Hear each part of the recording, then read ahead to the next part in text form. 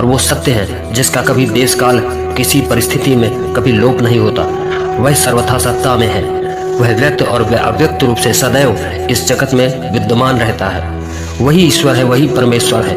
उसे वेदज्ञ और ज्ञानी जन ब्रह्म कहते हैं, पर ब्रह्म कहते हैं। ये एक ऐसी सर्वोच्च सत्ता है जिसके परे कुछ भी नहीं है, यानी जिसके ऊपर कुछ भी नहीं है, इसीलिए उसे पर ब्रह्म कहा गया है और इसीलिए वो सर्वोपरि है। उसे केवल अनुभव किया जा सकता है, वो भी केवल स्वयं के द्वारा, किसी अन्य के द्वारा नहीं। स्वयं मतलब आत्म स्वरूप से, यानी अपने आत्म स्वरूप से, इन शरीर व इंद्रियों के द्वारा कभी नहीं। यदि इतना सरल होता तो ये शरीर और इंद्रियां सभी के पास हैं। देख लो अपने चारों तरफ, कोई ऐसा नहीं है जिसके पास ये शरीर ना हो और जिसके पास ये ज्ञान इंद्रियां और कर्म इंद्रियां ना हो।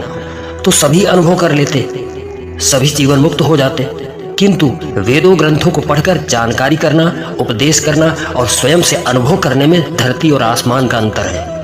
ईश्वर और ईश्वर के दूतों का कभी भी जगत में अस्तित्व मिट नहीं सकता। वो हर युग में जगत में जन्म लेते थे, हैं और सदैव लेते रहेंगे जब तक प्राणी मात्र का अस्तित्व रहेगा।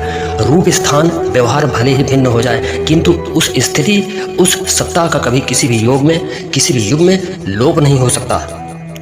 जो ऐसा कहते हैं कि इस युग में ईश्वर नहीं है, कहने दो उनको।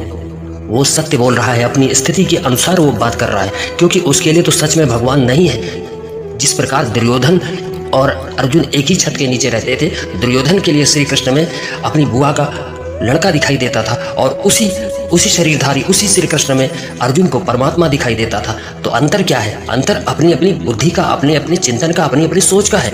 मानो एक बालक कहता हो कि मेरा कोई बाप नहीं है।